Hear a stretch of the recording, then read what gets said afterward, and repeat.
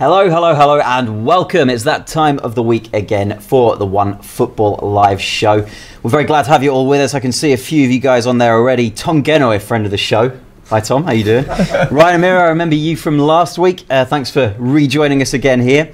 We've got loads of people already on the chat, so let's get into it. We've got loads of stuff coming up for you this evening. Again, we're going to talk a lot about the Premier League title race, the North London Derby, which is a game that Matt and I both have a vested interest in. Mesut Özil, what's happening with him? Where's he going? And of course, the big midweek action, the international shocks. I'm delighted to say that joining me, Ollie Moody, today, after a long week without you, Matt. My heart has been pining for you. Matt Froelich again on the sofa joining me. How you doing? I'm great. I'm not sure it's going to be so nice with the derby coming up. Yeah, indeed. It might get a little bit nasty later on, but we'll see how it goes. So let's take a really close look ahead at what we've got coming up today, shall we? The Premier League is back. Thank God for that. It has felt like a very, very long time. All these international breaks do, you know. We have also got North London Derby, as we said. We're going to do a very sort of in-depth look at the North London Derby, talk about some of the big issues, and we're going to have a bit of a head-to-head as well. That's where it might get nasty, you know. We are going to look at what it's going to take to stop Man City in this Premier League season. Can anyone stop them in the title race? And Mesut Özil, as I said, does Mourinho need him? Is that Özil's next stop on the board? But first, we want to talk about the internationals because that was some some big stuff that happened. In particular, Italy. Matt, what the hell happened to Italy? The first time in 60 years that Italy will not be taking part at the World Cup. What went wrong? I mean, it's hard to pinpoint it. I mean, obviously the manager, he's gone. So I mean, clearly he's to take a massive part of the blame. Sure. I don't know where they lost their way. I mean, everyone knew they were coming to the end of an era. I mean, Buffon, it was do or die for him. Pirlo retired, I think. Was it Chiellini, De Rossi and Barzagli straight after the game as well? So it felt like they were coming to an end. Did they run out of legs, kind of not just in the game, but as a team? I mean, Insigne was left on the bench. That's the thing I really cannot understand about all this. There was even that video that came out after the game, I think it was caught on Italian TV, where the coach went over and told Daniel De Rossi, to warm up. And he started remonstrating, started arguing with the coach who was telling him to warm up. He was saying, look, we've got Insigne here. Yeah, we need to win this game. A draw is not enough. We need to win this game, and you're sending me on rather than him. Was he just too defensive, do you think, Ventura? I don't know. I was reading the... after he got sacked, the Italian Federation, when they brought him on board last year, said, you know, this guy is limitless experience, you know, is a real footballing guy, a 4-year contract up to 2020. And a year and a bit later, having not really done much at all, I think they took 1 point off Spain in 2 games, drew at home to Macedonia. Just completely, I don't know what it was. I've never seen such a turnaround when, you know, you expect these players to be, you know, at this national level, regardless of the manager, to have some sort of ability and some sort of drive and technical nous about them. Maybe he just went in there and completely ruined everyone's confidence by being completely incapable of any sort of direction as a manager. I don't know. Felt by the end that he didn't really have the confidence, shall we say, of the Italian players. And once you leave the dressing room like that, it becomes very difficult. And this is, regardless of that, this was an Ibrahimovic-less Sweden team as well. This is post possibly one of the greatest players Sweden have ever had. Yeah, you know, and they're certainly not the not the force they used to be. But they used to have some really, really good players, and they just. I mean, it wasn't exactly the most exciting affair over 2 legs, you know, with only one goal, one deflected goal. But I just, wow. You've got to give it to Sweden, though, haven't you? Yeah, I mean, no, exactly. You know, YouTube Footy Vids, one of the guys commenting here saying Sweden defence. You know, you've got to hand it to them. They kept Italy quiet over 180 minutes. For sure. That's not a bad performance. Well, they didn't have to deal with an informed striker, so... This is true, yeah. They were just too conservative, I think, for me, Italy. Far too Italian. You could say, yeah. But well done to Sweden as well. They've got a couple of really good players in their ranks there. Emma Forsberg, for example, one that we see a lot of in the Bundesliga. He's a really nice attacking player. So, you know, it's a team that can do some damage at the World Cup, I think. The other big news for me from the playoffs, and I'm sad to say it, is that Republic of Ireland will not be taking part at the World Cup. I thought you were going to be sad to say that Christian Eriksen is a world beater. Well, later on I will be very sad to say that, but right now, I mean... For Ireland, yeah. I was at the France-Ireland game at the Euros last year, and you know what? The Ireland fans were incredible, and it was in Lyon. And after the game, I was in the city centre there, and the fans had just like filled out the old town. They were absolutely brilliant. The atmosphere, the singing, and everything. It was just phenomenal. They were absolute credit to the tournament, to the Ireland football. I think Kasper Schmeichel came out and said that. And said there'll be a miss at the World Cup. Definitely, yeah. It's a real shame for the World Cup that they're not going to be there. You know. That being said, though, they did get absolutely trounced by Denmark, didn't they? They did. With your boy Christian Eriksen, as you mentioned, pulling the strings there. Just unbelievable. I mean, it's in players like him where no disrespect to Denmark, have some good players, but where a lesser team can have a match winner. That is where the difference can come in. Ireland and Denmark on paper, maybe not too dissimilar. But then with a player with the quality of Eriksen, who is a cut above the rest of his own teammates, never mind on the rest for the rest of the pitch, can pull out something like that out the bag, is really gonna help you. I feel like even with teams, teams like Liverpool, if they're not having a great game, players like Coutinho could just pull something out of the bag. Having that little bit of magic from one player, or exactly. Something that can just come out of anywhere is so important. Exactly. Eriksen can do that for sure. Zach V. Shack, hope I'm pronouncing that right, saying, "I don't need to go on, we need to score." That was the De Rossi quote. Really incredible that you've got a player sitting there having to say that to his coaches, isn't it? Anyway, so we've talked about Ireland, we've talked about Denmark. I want to know, though, do you have a dark horse for the World Cup? Because we talked about a lot of the big teams. We talked a bit about Italy, and Italy won't be there as it happens. But Spain, we talked about who else? Brazil and Germany and whatnot last week. Have you got a dark horse in there that you see coming out of nowhere to win this World Cup, or at least go a long way? It depends how you view a dark horse. I mean, England aren't a favourite, so are they a dark horse? But no, let's say a team from pot 3 or 4. I'd go for Denmark. Yeah. Denmark, yeah. Yeah. I mean, you think after that showing? But like I just mentioned, you never know. You put in a strong defensive performance, much like Sweden did, and you bag a goal, or your key player, can do something. It can come down to tactics sometimes as well as quality, can't it? Exactly. Why not? I mean, the thing about the World Cup is it's in between the league of getting a run of form and cup football. You need to play on the day. But you're stuck in between. You haven't got long. You lose your first fixture, and suddenly your second round in the group game is do or die, as Spain found out last time. It can go very quickly. Yeah, exactly. I am going to put a shout in, and obviously we could look like idiots by the time the draw gets made, which is already before the weekend. So, but I am going to go for Egypt as my dark horses for this World Cup. It's been a long time since they were at a World Cup, but they've been really good in the Africa Cup of Nations. In recent years, they've won the tournament a few times. They've got, of course, Salah in their ranks, so they've got good players there, and so I've got a hunch that they are going to have a really good World Cup. We could discuss it next week with the luck of the draw. Exactly, you get a kind draw, and sometimes it goes that way, right? Just you get a good draw, and there's always a group once you're into the knockouts as well. Anything can happen, of course. We got John here saying Spain is going to win. Well, I mean, they're certainly looking like one of the strongest teams in the world at the moment. Yeah, for sure. Zach V. Shack again. Eriksen single-handedly KO'd Ireland. I don't think you can argue with that, anyone. Really going to miss the Ireland fans next year in Russia, he says as well. Absolutely. But international football is done. As we said, the Premier League, football leagues around Europe are back.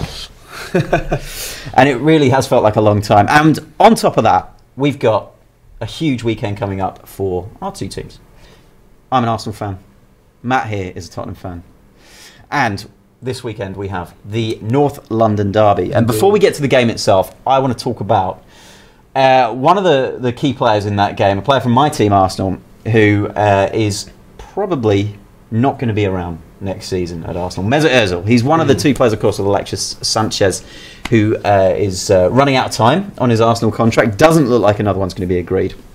And so we're gonna have a look at where he might go. We're gonna have a look at a few other things as well. But I've just got to say, as an Arsenal fan, he gets a lot of stick sometimes, Özil. But when you look at the numbers, he really has pulled off some incredible stuff at Arsenal. He's got over 40 assists in his time, in more than anybody else in that time in the Premier League. And I'm going to be sad to see him go, for one. I think you'll be more you'll be sad glad to see him go if he goes to a Premier League rival. Absolutely. If he does the old Van Persie thing, then I just feel like you can't really begrudge someone going abroad to a big club. That would be the absolute worst. It's as you say, the Van Persie. I remember that from not long ago.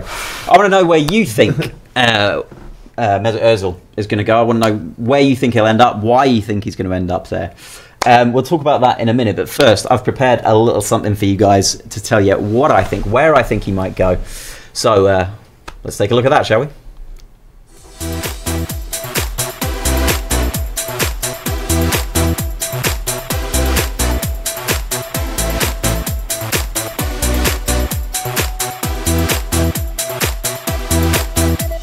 He's been Arsene Wenger's man for a little over 4 years now, but Mesut Özil's time at Arsenal is surely coming to an end. His contract's up at the end of the season, and with transfer fees going through the roof at the moment, a player of his quality will surely be in high demand. So, where will he go? We've got 3 options for Özil: the trophy choice, the wild card, and the reunion. Özil has already won a league title, 5 domestic cups, and a little thing called the World Cup. But if he wants to boost his trophy haul, there's one place he could go where he's basically guaranteed a winner's medal at the end of every season: Bayern Munich. The current German champions have won the last 5 Bundesliga titles, and you can probably guess where they are in the table right now. They've also outscored everyone but Dortmund, despite their start to the season being deemed so disastrous that they sacked coach Carlo Ancelotti. But if they're already so good in attack, why do they need Özil? Well, Bayern have an age problem. Franck Ribéry and Arjen Robben are still key players, but they'll be 35 and 34 respectively by the end of the current campaign. On top of that, Mr. Reliable Thomas Müller has been struggling in front of goal for over a year now. All this is putting a lot of pressure on Robert Lewandowski, who recently complained that Bayern need to be more creative in the transfer market to compete with the biggest clubs in Europe. Creative, you say? Well, how about the Premier League's top assist provider over the last 4 years? And with no transfer fee involved, Bayern would be able to invest their money elsewhere. Double win! Özil could form a new-look Bayern attack, pulling the strings to provide for James Rodriguez and Kingsley Coman. I think he'd tear it up in the Bundesliga, get a hatful of assists thanks to Lewandowski's superb movement and finishing, and win himself more medals than Michael Phelps. So if Özil wants to fill his boots in the trophy department, Bayern is the place for him.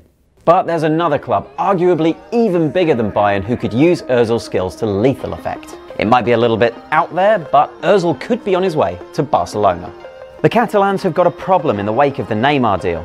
They might have raked in £200 million, but everyone knew about it. Just look at their signings since then. 35 million on Paulinho and up to 135 million on Ousmane Dembele. That's before you even get to their other summer target, Felipe Coutinho. Liverpool is still holding out for well over £100 million for him. Suddenly, all that money doesn't go very far. Fortunately for Barca, they can get Özil for £0. Bringing in a player of his pedigree for absolutely nothing would be the perfect remedy to the ludicrous prices they're being quoted right now. It would show other clubs they won't be held to ransom simply because they have money in the bank. And just think about the front line that they'd have then. Imagine what Özil could do with Luis Suarez's smart forward play. And how he could use Dembele's pace to unlock defences. And then there's the link-up play between him and Leo Messi. Picture that for a moment and try not to get excited. It's a wild card for sure, but Özil to Barcelona makes a lot of sense. It gives them back some of the creativity they lost when Neymar jumped ship to PSG. It buys them time to revamp their ageing attack. And it sends a message to clubs trying to squeeze every penny out of them in the transfer market. But there's another choice for Özil that seems to fit even better than those two. A move to Manchester United and a reunion with the manager who brought the best out of him during 3 years at Real Madrid, Jose Mourinho. Özil racked up 47 assists over 3 seasons in La Liga, all under Mourinho's tutelage. That's more than he's managed in just over 4 seasons at Arsenal. And it's not just the quality of players around him that led to him posting those numbers. Mourinho just knows how to handle the German. In fact, when it comes to Özil, Mourinho's pretty loved up. After Arsenal signed the playmaker, Mourinho called him the best number 10 in the world and compared him to Zidane and Figo. He also refused to loan Arsenal Demba Ba that summer, saying that he and Özil would have made Arsenal title contenders. Since then, he's also said that Özil makes the ball smile with every touch. and even that the ball makes a different sound when Özil strikes it compared to any other player. Alright Jose, we get it, just buy him dinner already.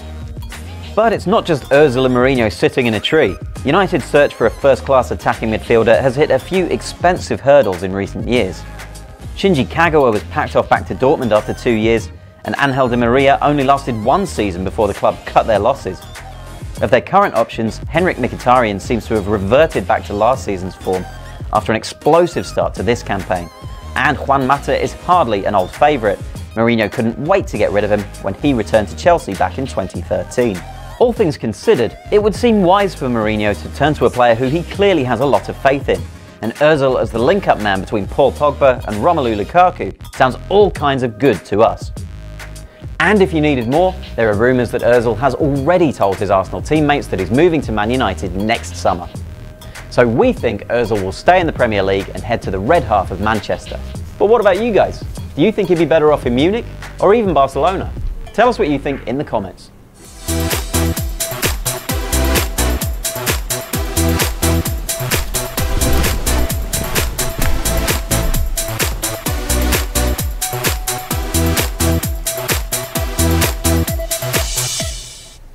And you have indeed been telling us in the comments what you think. Lots of chat here about Özil. John talking about rumours about Özil going to Barca, absolutely. But a lot of people don't seem to like that suggestion. You know, Matt, we've got... wait, I've got a few of them here. Private Minion 999. No way that Özil to Barcelona would suit him. We've got De Gea fans saying, Özil at Barca, I think not. And then saying, I hope Özil goes to Man U. Well, I clearly agree with you on that one. I think that is where he's going. YouTube Footy Vids also saying he wouldn't fit the Barca formation. And also, I ain't letting that happen. I'm not sure how much to say you've got in it, YouTube Footy Vids, but maybe you're a big shot at Barca. You can let us know about that. But Matt, you've heard my arguments. What do you think? I think they're all slightly valid in their own different way. Slightly valid? Slightly valid. You believe this goes slightly valid? I mean, I think the United one maybe has a bit more sort of a case to it, especially with the wonderful work, as you said, that Mourinho did with Özil and their relationship off the field. I do, however, worry ever so slightly that he'd be in the Mata sort of role, and we all know what Mourinho thinks of Mata. Or what he previously did think of him at Chelsea. Yeah, certainly. As I say, he shipped him off pretty quickly, didn't he? We've got Siddharth Kumar, who seems to be saying a similar kind of thing to you here, saying Özil isn't exactly someone Manchester United need. We have Mata, Mkhitaryan, Martial and Rashford, who could easily simulate Özil's game and style of play. I don't know, I think Özil... I mean, obviously, those guys already play a few different positions. And I think Özil is a different kind of style. I think Mata's perhaps a bit more dynamic, you could say, perhaps a bit better with like long-range crosses and stuff like that.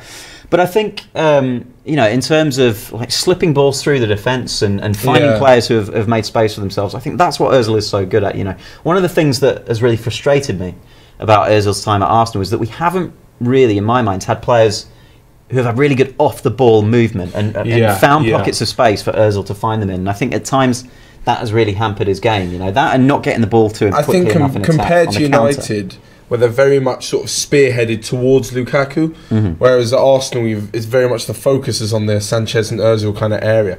I've often thought, and as I said, you know, I don't watch every single Arsenal game. Do they ever get in each other's, not in each other's way, but kind of, they're often tussling over the limelight of who's the real creator, Sanchez and Özil, or is it different style of game? No, I think they're very different styles of players. You know, Sanchez is the much more sort of, make these sort of really bombastic kind of runs and all that kind of thing. He just can't stop sometimes, it seems like. Yeah, all action, exactly. Although, Özil, according to the stats at least, Özil runs more than Sanchez. Go figure. We've got... Got a few more people here chatting. YouTube Footy Vids, you were talking about Man U. My apologies, sir. I see you're a Leeds fan there. With Man U's current formation, they do need another attacking midfielder to replace Mata. That's from The Hippo. So a lot of chat here. Matt, you've said that my opinions are only slightly valid, and you've clearly got some of your own. So come on. I mean, I've just got. Tell us, what do you think? Yeah, I've prepared a little piece, seeing where you could. Have you? But I'll leave it. I'll leave it up to you guys. I've thrown one other name in the hat, one other team in there. All right. Well, see what you guys think. Let's take a look at that, and then afterwards, I'll tell you why Matt's views are only slightly valid. Shall we?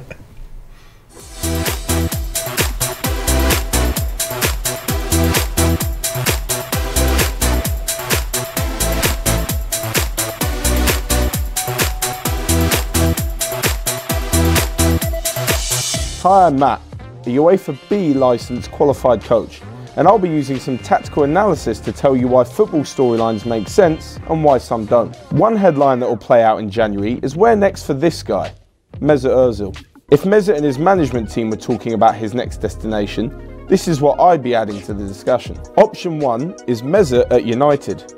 If Özil reunites with Jose, then he might finally have what he's been so badly lacking at Arsenal.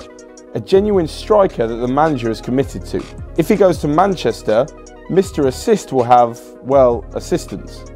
One key factor in Jose Mourinho selling his reunification with Özil could be the fact that there'll actually be a big front man who can finish off the chances that he lays on, in the shape of Romelu Lukaku. On the downside, I don't think Özil would be a good fit at United, given the aggression, work rate and tenacity that Mourinho demands of all his players in a sometimes too defensive tactic.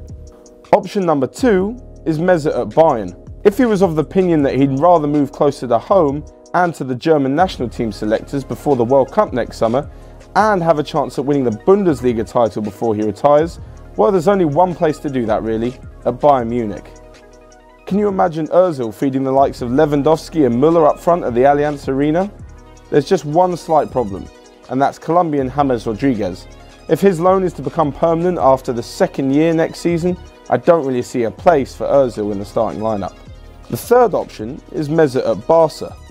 So having sold his Madrid pad and maybe wanting to try the other elite Spanish flavour, there's rumour that he'd be considering to move to the Catalan capital. And if you thought the idea of Özil supplying Lewandowski was mouthwatering, then what about his left foot making chances for Suarez, Messi and the like? In theory, it could be a blockbuster move that the fans would love the sound of, but in reality, they do have Lionel Messi still on the pitch, and with him taking up many of the areas that Özil likes to pick up, I can't really see it happening. And the last option, Mesut at Manchester City. Well, this is probably the most interesting possibility, as I don't think it's been touted too much, with City already having their hooks in teammate Alexis Sanchez. However, despite the lack of traction behind the transfer, I think Özil could actually fit in at City. As you might remember with last week's rockstar wingbacks, the likes of Walker and Mendy allow the space for creative players such as Silva and De Bruyne in the City attacking side. At present, David Silva is there, but at 31 going on 32, he may not be there for much longer. Özil fits the system perfectly and would allow City to keep playing a similar style. City splash out on every transfer window, and whether they pay the fee to Arsenal in January or wait for him to be on a free next summer, there's little to suggest that he wouldn't go there. Whether he'll move in January or next summer is yet to be seen, but my guess is he'll take all the first team football at Arsenal he can get to allow him to get into the World Cup squad and make a decision after.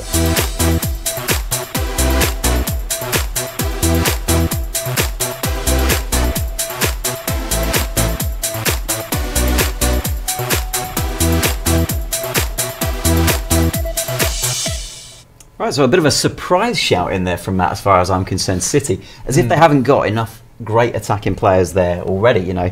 In fact, GCO4 predicted that you were going to say City. He said he can fit in at Man City. Him and De Bruyne, how good? Well, yeah, it's hard to argue with that one, isn't it? Two of the slickest players in the Premier League on their day. I mean, are there any other options out there for Özil? I mean, we've gone through quite a few already, but is there any chance, do you think they'll stay at Arsenal? This is something we haven't talked about yet, but, you know, it's not set in stone, is it? No, it's not set in stone that he'll leave. I mean, something drastically has to change. I'm not even sure that, you know, even like something like another FA Cup win for Arsenal isn't gonna. He's gonna want to see that they're spending the money, bringing the big players, and really making a title challenge. If they fall further and further behind of the likes of City, United, Chelsea, then I can't see him staying. He's at that gap between. I mean, is he good enough for Barca and Madrid? I think so. I think, I mean, when you think he played at Madrid, right, for 3 seasons and got a hell of a load of assists while he was there. And, you know, I think in a good attacking side, I think Özil needs to be in a dominant side, you know, a side that has a lot of the ball, that, you know, gets the ball forward quickly and finds players in space and all that kind of a thing. Man City would be, I mean, in the form they're in at the moment, would be that kind of a team, you know. So there's, I mean, certainly from that point of view, I can see that working out. You imagine him slipping balls through to Aguero and Gabriel Jesus and that. Exactly. I mean, you know, that would be just sort of filling in for Silva, like I said, But I just worry that it comes down a lot to that players. What do they actually want from their career? Because you could go to Bayern and win a few German trophies, but then, you know, the league isn't as good as playing in Spain or England. Yeah, sure. You know, then does he settle for a lesser team like Arsenal? You know? Oh dear. You know, it's funny because Özil does actually, as I say, just have the one league title in his career so far, just that one at Real Madrid. So you wonder, like, is that going to be like a big goal of his now that he really wants to get a few league titles in the bag? In which case, Bayern would be a great shout. Barca would give him a lot of opportunity there as well. City might be a good shout. We've got Zach v Shaq here again. Saying as a City fan, I'd be drooling to get Özil in our side, but I see it as a long shot. Bayern and Man United more likely. Mr. Jam7 here is clearly just trying to wind me up because he's suggesting Özil to Spurs.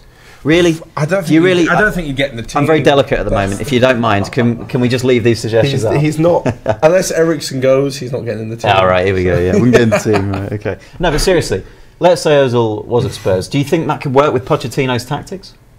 Yeah. Oh yeah, I think he's man-made, especially with someone like Kane in front of him. Yeah, it'd be brilliant. I mean, it would never happen.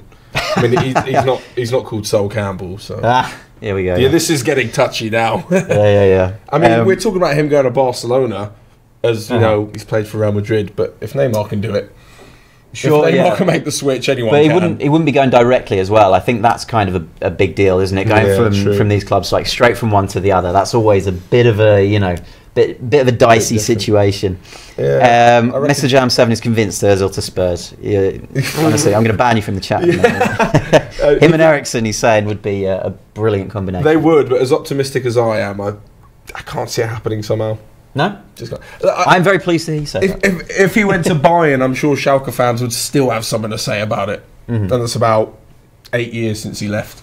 So yeah, sure. God, yeah, I've forgotten about that. Rot-Weiss Essen fans would probably chip in as well and complain about it too. Wow. So that's, I think, as much as we can say about Mesut Özil without seeming like a couple of fanboys. Let's move on then, because there's a lot of stuff that we want to talk about for the upcoming Premier League weekend. We've already had a few comments from people, a few questions from people asking about the weekend action and the rest of the Premier League season, in fact. Mr. Jam7, who I've just threatened to ban from the chat. So can you guys discuss, do we reckon Spurs will come back in the last few rounds and win the league? Will City slump? And will United and Spurs fight it out? That is something that we do want to talk about. In fact, we do want to ask who can stop City from winning the league this season. We talked a lot about City last week as being, the team in control of this league season. They certainly still are, but can anyone topple them? I think it's time that we had a look at that. But we are going to need a bit of help from the newsroom because there's a lot to talk about. So we're going to grab a mate of ours and we'll be back in just a moment.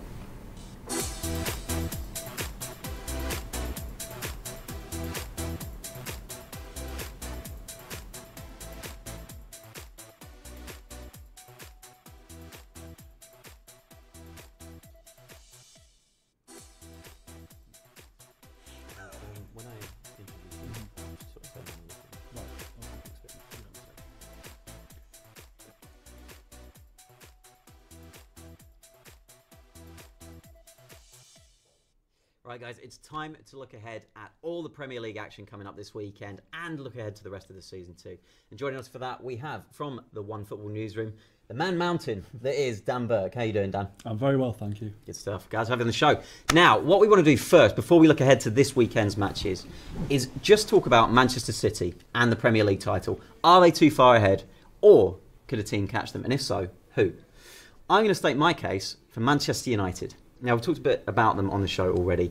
And Manchester United is a team that has obviously got a lot of history when it comes to winning the Premier League. And at the moment, and I think this is the key, they have a manager who has been there and done it several times already. He knows the tricky parts of the season to negotiate. He knows how to get through them. Jose Mourinho, there he is.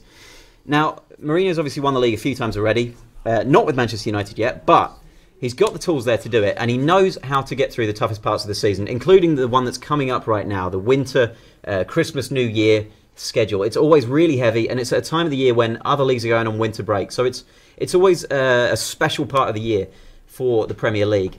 Now, we've seen a lot of teams really hurtle into that winter period and suddenly come a cropper with just the huge number of games they have to play. Suddenly a couple of key injuries kick in and it just derails their season completely and they can't get back into their groove. You know, it takes some time to find it. I think Mourinho knows how to do that. He's got Lukaku, who I think will find his form again. He's got Pogba coming back from injury. He's obviously got the defensive set up with Matic in midfield now as well to sort of give Pogba a bit more freedom.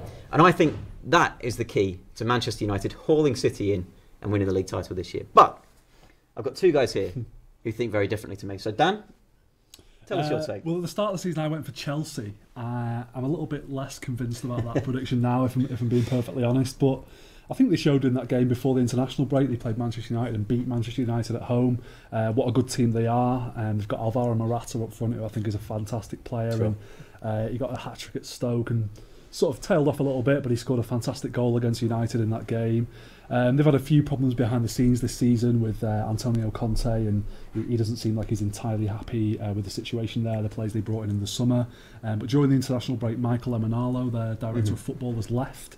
A guy who, if rumours are to be believed, Conte had a bit of a problem with. Okay. So could that throw sort of a spanner in the works for this season already, do you think, or is it more a problem for the future? I think it might actually improve things. It might improve the atmosphere behind the scenes a little bit, and perhaps Conte feels that he's able to call the shots a little bit more now. Perhaps he'll be involved in picking the next guy who will come in and do that job. There's Gianfranco Zola, who has been a bit of a disaster as a coach, but could do a good job there. So, I think Chelsea have got a good side, and they're quite far behind Man City in the title race at the moment, but there's plenty of time to catch up. Can I just say very quickly, because this always crosses my mind. So this Emenalo was the director of football? Essentially. Yeah. What even is that? They do the transfers and that sort of thing, basically. But so they're a glorified scout? Because this is what happened at Palace.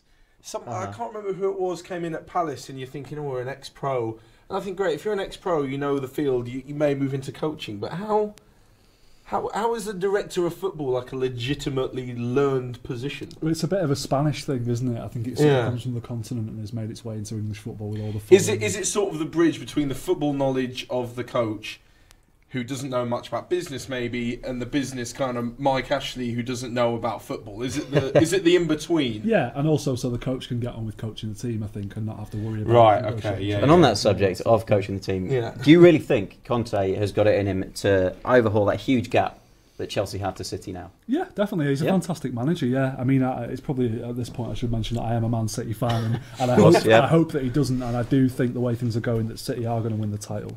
But I would look at Chelsea as definitely, I wouldn't write them off whatsoever as a contender. As a City fan as well, we've just got to get this in for you quickly.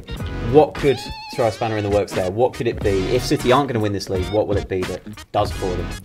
I mean, they've got, in certain areas, quite a threadbare squad. They lost the main left back. They've been playing even after all that money. Yeah, I mean, there were certain targets that they went for in the summer and didn't quite get. So they lost Benjamin Mendy to injury. They've got Fabian Delph playing left back at the moment. He's doing a fantastic job, but how long will that last? I wonder what a long-term injury to Sergio Aguero could do. I mean, all right, they've got Gabriel Jesus as well, but he's a young lad. It's not a bad replacement, is it? No, at all. No. And, I think the City fan base are naturally pessimistic about the ability to just mess things up and snatch defeat from the jaws of victory and all that sort of thing. So we've had good starts to seasons in the past few years, and it's gone a bit awry. So we'll see, but it's looking good at the moment. Yeah, I think City at the moment definitely look like the strongest team. But you mentioned that there's a small squad, and as I was talking about, you've got the winter break coming up, and perhaps those two could combine to actually take the wind out of City's sails a little bit and make life a bit harder for them going into 2018. Now, Matt, I want to come to you as well. Because you've been sitting there, not quite so quietly, but you've been sitting there waiting to get your teeth into your team, Spurs. Go on. To someone Let's hear it. You snatch defeat for the jaws of victory when you're not a Spurs fan. You just... having seen it, you weren't there. They were Klinsmann saving us from relegation in '98, or just some terrible football under people like Glenn Hoddle. Like, so are Spurs going to be Spursy this season, or are they going to haul City in? After a lifetime of Spursy, we should expect it, not City fans. We've got typical City, you've got Spurs. Yeah, well, I mean... Bless the pair of you. Over the last few years, it would be, expected to be slightly pessimistic of Spurs. However, maybe it's character building. I think that's all we can call it every time we come second or third in a two-horse race.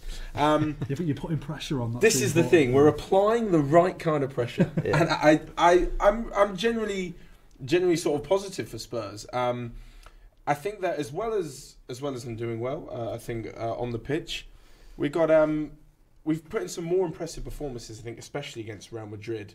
The guys are doing very well at international level. I know that's not always a huge barometer how well they're doing. When they play at international level, obviously, like Harry Kane and the like, obviously didn't feel like it. Yeah, in the past week, but the past week. But I mean, most of the guys in the squad have had fantastic runs with their countries. Most of them get into the World Cup. Eriksen with the hat trick. You look at Eriksen with the hat trick. Son's helped Korea. The Belgian guys, Lloris and the French team, they've all done pretty well.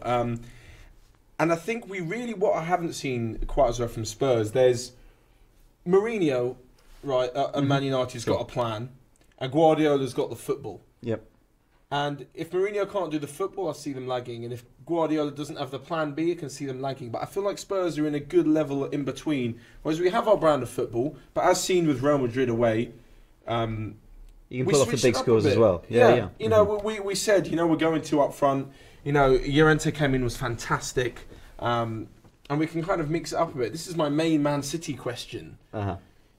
What happens when the good football isn't available? Is there a plan B? Then what? Is there a plan B for Guardiola when it's all very well and good playing this football all the time, but what happens, as you say, at Christmas, there's a few injuries and you've got a disgusting fixture away, somewhere. I don't like to use Stoke all the time. It's a bit harsh on them. They're the ones with the reputation, aren't they? They've got the reputation. All right, so you think that Tottenham and Pochettino's flexibility is going to help them haul Man City in? I have one big question, though, because obviously there's a bit of a gap already in the league table. Behind City. City have just absolutely flown out of the blocks so far this season. Let's say Spurs can like haul City in, though. Yeah. What's going to stop them from doing what they've done in the last couple of seasons and not managing to get across the line? Some people say bottling it. Some people talk about being Spursy. But one way or another, they haven't actually managed to get across the line in the last years. Yeah. What's going to be different this season? I mean, it's an excellent question. I mean, it's one of those things you can only really answer in hindsight. I mean, Leicester City had never done it before, but they got over the line. So it's really difficult to judge and say this will definitely help them, and this will definitely won't help them. I remember when Wigan were going through their relegation battles of being in the relegation battle end of every year, people said, they'll be stronger. What doesn't kill you? And then they weren't. They went down and never came back. And Leicester, they've done it, so aren't they doing it again? So it's very difficult to pinpoint and say, if I was to put, my finger on it, I'd say the desire and the feeling of having finished second and third and whatever in the last few years. That'll give them the hunger, you think? Yeah. Spur them on, to use a terrible pun. Well, let's move on to the Spurs game this weekend, which is, of course, the North London derby. Quite a big game, as you may know, in England, especially for Matt and I, Of course, Spurs doing better than Arsenal at the moment, even if I don't like to say it. But they do still have that gap in the league, and we're talking about a league title here. So, if Spurs don't win, let's say a hypothetical situation, whether it's a draw or whether Arsenal win, let's say Spurs don't win this weekend. Are they too many points behind City? Is that it? Well, to rein them in? Look, if City, and I do think City will win at Leicester this weekend, let's say we draw, that's 10 points then. And I think that's massive. I think that's a different psychological situation to being ahead. Leicester were ahead, so when they won a few weeks ago, and they kept winning, they kept playing the games and winning. It's a completely different battle coming from behind. I mean, the fact that City came from behind against United a few years ago, and obviously remember the great Newcastle failure of, was it 95, 96? I remember a few Arsenal failures. Yeah, you know what I mean? I think that's a whole new level of psychological kind of warfare when you're that many points behind. So some teams like sort of being the dark horses a bit, though. And you think, is there any chance that being 10 or 11 points off the top, before Christmas, when you've still got a lot of time to catch up, is there any chance that could actually help Tottenham psychologically? I think it would. Yeah. I think it's definitely, they're in the not the best position they want to be in, but for Spurs does help them to just quietly go about their business and not be leading the pack. And yeah, there have that's been true. times in the past where it is Just let them get on with The their business. pressure's on if you're top. Everyone's eyes on you. Yeah. And let's talk about Arsenal for a second, because it's a team that struggled quite a lot in the big games so far this season. Of course, a loss away to City, a heavy loss away to Liverpool. And that man there, Alexandre Lacazette, signed in for a lot of money in the summer. Scored quite a lot of goals already this season as well. Has been a long way away from being a flop. Yet, he hasn't actually been a first choice for the big games this season. He was not in the starting lineup away to Liverpool, not in the starting lineup away to City. Came off after about an hour or so away to Chelsea.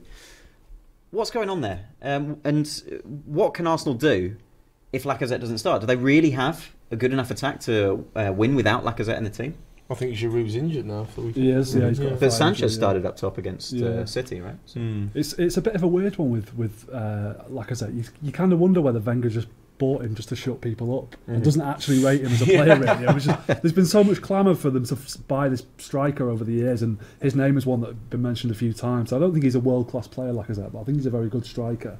He's got a good conversion rate so far this season. Absolutely, yeah. I mean, he took his goal really well against City. I think he will start this weekend because, as we mentioned, Giroud's injured, and I think Wenger has kind of he's got to start him after the way the last game went and him coming off the bench and scoring. But yeah, it's a confusing one to spend that much money. I mean, it's in football terms, it isn't that much, but for Arsenal it is. And then to Arsenal's biggest signing ever, I think, or maybe behind Özil. No, I think it is record signing. But is there any other reason that you can think of other than just Wenger either having the signing forced on him or just doing it to shut people up, as you say? Is there a tactical reason that you can think of why Lacazette maybe isn't starting some of these games? I mean, I have to admit, I haven't watched him too much. I think with Arsenal, when you look at, I have to say, he did score 2 against Germany midweek, Lacazette, so he's put a good case forward. When you look at the likes of Özil and Iwobi and Sanchez, do they have one too many players? If Lacazette's the kind of, drop off and create a kind of guy, which he has played out wide often for the national team, not so much at Lyon, do they have a sort of too many? Too many of those players. The fact that you start with Giroud or someone is something a little bit different. I mean, I personally don't think Sanchez up top by himself is a real. It worked for a spell last season, and then Wenger very quickly moved away from it again. And he wouldn't really be a first choice striker. I think as Sanchez's best player of the Arsenal team, he'd be first name on the team sheet. But I don't think as your lone number 9. I don't think that's really for him. No, mystery for me and mystery for you guys by the sounds of it as well. We've got a few other games this weekend that you could see maybe as banana skins for the title contenders. Let's start with your team, Dan, Man City. You're away to Leicester, champions from a couple of years ago.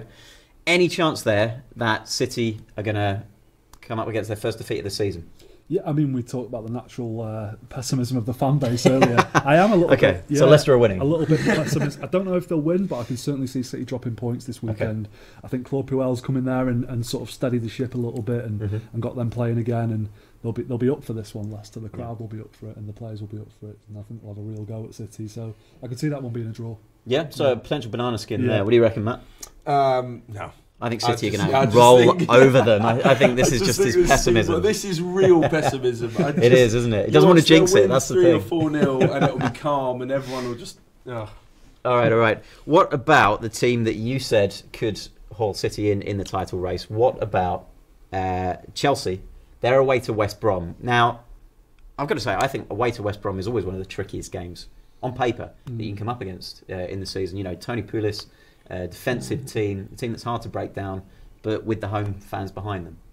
Yeah, he's on a horrible run, Tony Pulis, though, isn't he? Yeah, I think it's something like 18 of his last 20 games without a win or something like that, and he's fighting for his job a little bit there. So I could see West Brom sort of, they need a result, so I could see them coming out and going for that, but I could also see Chelsea just winning that one quite comfortably, to be honest, the way. I don't think Pulis teams are the fearsome prospect that they once were. Because Chelsea, I mean, you could say sort of fairly similar things about Chelsea this season so far. It's not been a particularly impressive season. There has been talk about Conte's job being on the line. There's been talk about a couple of players not being good enough and what have you. Matt, do you reckon Chelsea are going to get across the line, get the 3 points this weekend, or do you think West Brom I don't know. Out of the big team games, I can see them struggling. I think it would... don't get me wrong, I think Chelsea are a great team. And after, if they do win 3-0, and you sit there and go, yeah, well, it was Chelsea, West Brom, it was always going to happen. But no, I can see them struggling. I think Tony Pulis is one of these guys where sometimes it works, sometimes it doesn't. When he comes up against the footballing sides and he loses, right, and he, you know, as you say, his record doesn't look good, but for some reason or another, it just works. There's just sometimes it just clicks and everything, and everyone goes, yeah, he's great. And Pulis is great. It's just he has these games that really sort of back up his perception of football, and I don't know. I think it'll be trickier. I'm not saying it's a stonewaller, but trickier than certainly than City away at Leicester. All right. So what are you going for in this game? We go for a draw. Draw? 2-2. Chelsea win. Chelsea win. I'm going to go for a draw as well. I'm going to go. I side with Matt on this one. One more game, and I think this conversation is going to be fairly quick. Man United at home to Newcastle. For me, that's got Man United win written all over it. Yeah. You guys? Yep. Okay. So, and that's that. Right. Well. In-depth analysis there. Yeah. Thank you very much, guys, for Dan Burke particularly for joining us for this little segment. We're going to move on to the next topic.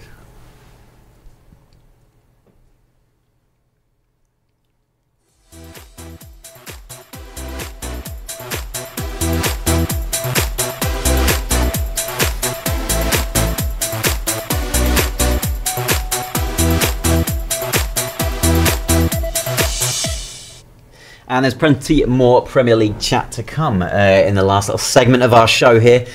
We do want to know what your predictions are for some of the big scores this weekend. Of course, we're going to focus a little bit more on the North London derby, given that we have the two teams involved represented here. So we want to ask, what are the headlines going to be on Monday? I'm just going to say it, Matt. It's going to be something about Arsenal's glorious North London derby victory over Tottenham. I've got to say, You read too many bullshit tabloids. This is certainly true, but I've got that optimism as a fan, you know, that playing at home, we're going to do it. We're going to get the job done. I remember a game a few years ago, just before Arsenal signed Özil, in fact, so it was quite a while ago now, where Tottenham had signed a load of players after the Gareth Bale sale. And Tottenham came to the Emirates, and everyone was saying Tottenham were going to absolutely smash us. And what happened? We won. Arsenal won. I think that's going to happen again. I think everybody is predicting a Spurs win. You've got all these people talking about combined 11s and saying that they wouldn't pick any Arsenal players and all this kind of nonsense. You've got all the negative stories surrounding Arsenal at the moment. I'm an optimist. I think that is going to be what spurs Arsenal onto a big victory. I know in terms of form, perhaps in terms of the way the teams are tactically set up as well, it seems like Spurs have the advantage, and certainly under Pochettino, that's the way it's been. But I've got to stand up for my team here and say, at home, Arsenal are going to do it this time. We've had a couple of score predictions already. Ryan O'Meara saying Spurs 1, Arsenal 1, but now saying can't wait for Arsenal to bury Spurs. So, oh no, wait, sorry, that's no, that is him, yeah. And Zach V Shack saying exactly this. Can't wait for Spurs to bury Arsenal. So, we've got predictions both ways there. B9 is very keen to say that Arsenal are going to win. He's said it about 100 times in the comments now. So a very keen supporter there. Matt, presumably you have a different angle on this story to me. So go on. I do, of course. Yeah, of course. I can't say that I'm overly confident that Spurs will so dominantly win. I want to say that. I want to He's say coming over to my side. I want them to be. I want Spurs to go by the form book. I want Kane to show up. The Spurs players show up 2-3-0 dominant. Go home. Thank you very much. However, this is a derby. Okay, form goes out the window. Everything goes out the window. Anything can happen. I mean, the thing that frustrates me the most is that we've been so dominant at home in recent years against Arsenal. I've gone to the games and haven't even thought twice about. No, I have thought twice, but I've been far more. You just said form goes out the window. Far more confident about winning. You know, just based on the team, not so much the form, but. When it comes to playing away, let's put it this way: I've seen Arsenal win twice. Tottenham win twice at Arsenal in my life. Wow, 24 years. That's a stat, yeah. And for however many I'm years, a little bit older than you, but I think it's still the same number for me as well. Apparently, everything has shifted. The red and white half of North London, and we'll still screw it up. Someone crap like Kieran Gibbs equalised a few years ago. Yeah. Did nothing else. It pops up. You know what I mean? I'm just so frustrated. I want us to do what we're supposed to do. I remember from a few years ago, this must have been 2007, Nicholas Bentner coming on off the bench and about 5 seconds later with his first touch of the game, scoring the goal from the corner. Scoring the winner from a corner. Robbie Keane had a penalty saved by Almunia in that game as well. What? I was in the stadium for that one. Glorious. De Gea fan saying Spurs 2, Arsenal 1. Not having it. Zach V Shack saying 3-1 to Spurs. No, absolutely not happening. All day. All day. Yeah, well, Zach V Shack also saying Kane's going to make Wenger cry and all the home fans. You're not a very nice man, are you? Well, look. I've said Arsenal are going to win. I suppose I should try and explain that a bit, really, shouldn't I? You know, I think the flaws in Arsenal's game have been laid really bare so far this season. They've had a couple of humblings away from home against City in the last game, against Liverpool away as well, of course. A Liverpool side that has struggled in other games this season as well. So, you know, you really see how frustrating that is. But, you know, I think they've been laid so bare that nobody can miss them now. And I think Wenger has to get across to the likes of Xhaka and Ramsey or whoever else play in centre midfield. They've got to tighten up. They've got to keep Spurs at bay there. Matthew Burns here making a really good point. First goal in the North London derby. Ever knowledgeable. So important. Yeah, clearly. He made some good comments last week as well, I remember. He did. Arsenal need to score first and make Spurs come out and play. He says, I don't think making Spurs come out and play is the problem. I think they like coming out and play. And I think, but you're right, though. I think the first goal is all They important. Need the first goal more because the pressure is, you know, on Arsenal at home. Arsenal need the first goal more because if the first goal goes to Spurs and everyone turns on Arsenal, especially at the Emirates, you know, that place can be a cold place, you know, and it could be a hateful place once Arsenal are down. So, yeah, I reckon they need the first goal more than Spurs do. Yep, I would agree with you there. I think Arsenal do. It's more important for Arsenal.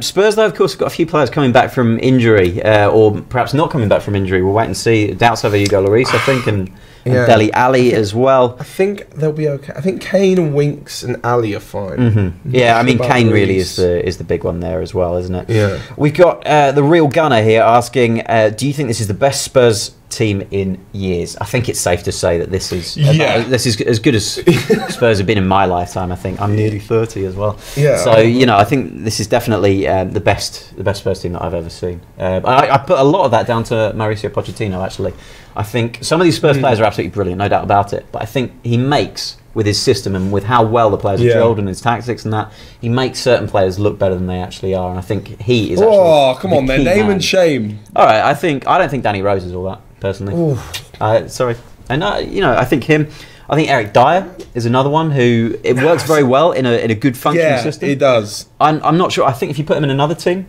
I think he'd struggle. You know, he wouldn't shine as much. United wanted him before they got Matic. They didn't buy him, though, did they? True, but I think Dyer is one of them who goes unnoticed because of the attacking talent. Yeah, I don't know. Much like Coquelin, except he's just terrible, so he goes unnoticed. All right, so we want to know from you guys, what's your favourite derby cliche? Matt has mentioned one already, saying form goes out the window, of course. So anybody's got a favourite there, do let us know what it is. I think it was Michael Owen who once said, you've got to score more than the opposition, that's how you win games. That's a stroke of genius from Michael Owen there, as we usually get from him. So, we've got a few other big games, of course, this weekend. We're going to go through them quickly. We've had, who is it? Pirate Pokemon Go has been asking us throughout the show to talk about Huddersfield against Bournemouth, the big game. Oh, the biggest of games. One we're all waiting for. I've got to say Huddersfield for that one for me. They've had a pretty good start to the season. No, actually, I agree under with David Wagner. And Bournemouth have had a bit of a tricky start to the campaign. I think Huddersfield are at home in that one as well. And so I reckon they are up for this one. Yeah, no, I'm going Huddersfield. All right, good stuff. For sure. As we're talking about Huddersfield, just quickly, I don't know if you guys saw it, but the BBC yesterday released the price of football survey that they do every year. And Huddersfield, the cheapest season ticket to Huddersfield, £100 for the whole season in the Premier League. That's ridiculous. I know. Arsenal's, for example, was I've got it here. Was something like £891. You get a few cup games and European games for that as well, but it's still 890. All right. Tottenham as well, your lot. £645, the cheapest season ticket there. Chelsea, 750, and yet Huddersfield is only £100. You think it's even better for the Huddersfield fans because you get to see the different teams come in, and it's sort of you're paying for that excitement of then seeing them. Yeah, I mean, whereas when you're in the bigger teams, and you get to welcome Huddersfield, you think, is it worth £800? No disrespect to them, but people are going for the bigger guys. What do you reckon, guys? It's worth it. Huddersfield's most expensive season ticket as well. We said the cheapest is 100. Their most expensive is only 299. So that's a casual 500. Is that 500? Let's put that to European perspective. 600 quid cheaper than Arsenal's cheapest. Those are the same Outrageous, prices for Bayern Munich. Yeah, I mean it's incredible, isn't it? I think Barcelona's cheapest is about 90 quid. Which, when you think about the quality of football that you see in there, and some of the players that you see in there, some other players. It really kind of hurts to to watch that. All right, what else have we got coming up this weekend? We have Burnley Swansea, which is an interesting one for my team, because I think Arsenal are actually level on points with Burnley at the moment. Now, if we don't get a win against Tottenham and Burnley beat Swansea at home, which you would say is pretty likely, then Burnley are going to go. Burnley are going to go ahead. Yeah, he's done a really good job there. Yeah, what a guy! I hope he doesn't leave. I know Everton. Well, he was in the frame for Everton. Yeah, I think he's better off sticking where he is for the time being. I hope he sees it through. Everton at the moment in a bit of a mess, and they need someone to come in there and just get the players together and bang some heads together. But Ginger Mourinho, that's Gary Megson, isn't it, from the old? A bit of a blast from the past, one, no? He loved the job. All right, what else? We talked a bit about Leicester Man City already. Liverpool Southampton. Give me your thoughts on this one. Is this a good chance for Liverpool to make up some ground on a couple of teams above them, especially Spurs if Spurs don't get the win? It is, and it's also a good chance for Southampton. It's almost an audition for all their players to then go to Liverpool versus the future Liverpool. Yeah, exactly. It's like a breeding ground for them. You look at the likes of Van Dijk. How will he get on? I think it's a really good chance for Liverpool in the way that they can kind of set out the stall and get back to a good run of form against. I mean, they haven't had the greatest season, Southampton, but I think still to beat them is still a little bit more tough than you would have thought. Especially with Tottenham and Arsenal playing each other. These are the kind of weekends where, if you look at the games and you see you coming up against Man City, you think, right, might have to take a hit here or get a point. Yeah, sure. But when you see other teams playing each other like that, exactly. You think this is our weekend. That's your opportunity, isn't it? Yeah. Liverpool, I think they're Liverpool in 5th at the moment, just ahead of Arsenal goal difference. Now, if they win, it really does put them within you mean touching just distance. Ahead of Burnley? Just ahead of Burnley. After the weekend, maybe, yeah. Which it does give them a chance to really sort of go back in touching distance after that dreadful spell they had. Get back in touching distance with the likes of Tottenham, perhaps with Chelsea as well, if Chelsea drop points at West Brom. So, really important weekend for Liverpool against Southampton as well. The Sunday game is a big game as well. Watford against West Ham. Big game in particular for David Moyes, who's back in a Premier League hot seat, if you can believe it. I look at what he did at Sunderland last season, where he went there and made a terrible team worse. And I wonder how this guy's got another job. He actually did, didn't he? He actually went and made a Sunderland team even worse. He took a team that was doing really badly and he made them play worse. He led them to relegation. And this is after screwing up. His last few jobs, exactly. Sociedad, Man United as well. He's had a really bad few years. I know he had a lot of time at Everton where he did a really good job. And Preston before that. Too. But that's starting to feel like a very long time ago. And I do wonder, could West Ham maybe have put forward a young, fresher coach? Someone with sort of forward-thinking ideas and big plans. Rather than a sort of a bit of a, This is exactly how coaching is going. Why would you just? It's almost like putting an advert out just on the manager roundabout, as they call it. Why would you bring in Moyes? You don't bring in someone new. It could hardly get worse. By bringing in Moyes, it's probably going to get worse. Yeah. And you're sitting in 18th, 19th. Right, you're hardly going to challenge for Europe at this stage of the season. Anything from staying up to mid-table is fine. Yeah. Why not give some of the youngsters a go? You do it on the pitch, why not do it in the dugout as well? Yeah, sure. I mean, this is part of the problem with there being so much money involved, isn't there? It costs teams so much money when they get relegated from the Premier League now. So they just go for the safe option, and they've hired David Moyes as a bit of a safe option, I feel, and it's not very inspiring, is it? Let's be honest. And anyway. What other comments we got? A lot of comments about the Arsenal-Tottenham game coming up this weekend. Private Minion 999 asking, who did we say would win the derby? Well, you've got an Arsenal fan saying Arsenal was going to win, and you've got a Spurs fan saying Spurs are going to win. Go figure. Who would have thought, eh? Pirate Pokemon Go saying one team is going to absolutely thrash the other. Well, I really hope that it's Arsenal thrashing Spurs, but we'll see. That is all the time we've got for this show, I'm afraid. Matt, Thank you so much for joining me again. It's been an absolute pleasure, even if you do support the wrong team and talk a load of nonsense about how Spurs are going to beat Arsenal. I will have you back next time. Thanks a lot to all you guys for commenting. Thanks to the guys who we see week in, week out here. Ryan and Mira, for example. Pirate Pokemon Go. Some of the other guys out there who keep commenting. It's always great to read what you guys think. It's always great to read what you guys think about not just football, but about Onefootball generally. Please do keep going about watching our videos and let us know all your opinions about the beautiful game and what we're doing right here. That's all we've got time for. We will see you next week for more about the Premier League and everything that's going on in the world of football. Cheers. Goodbye.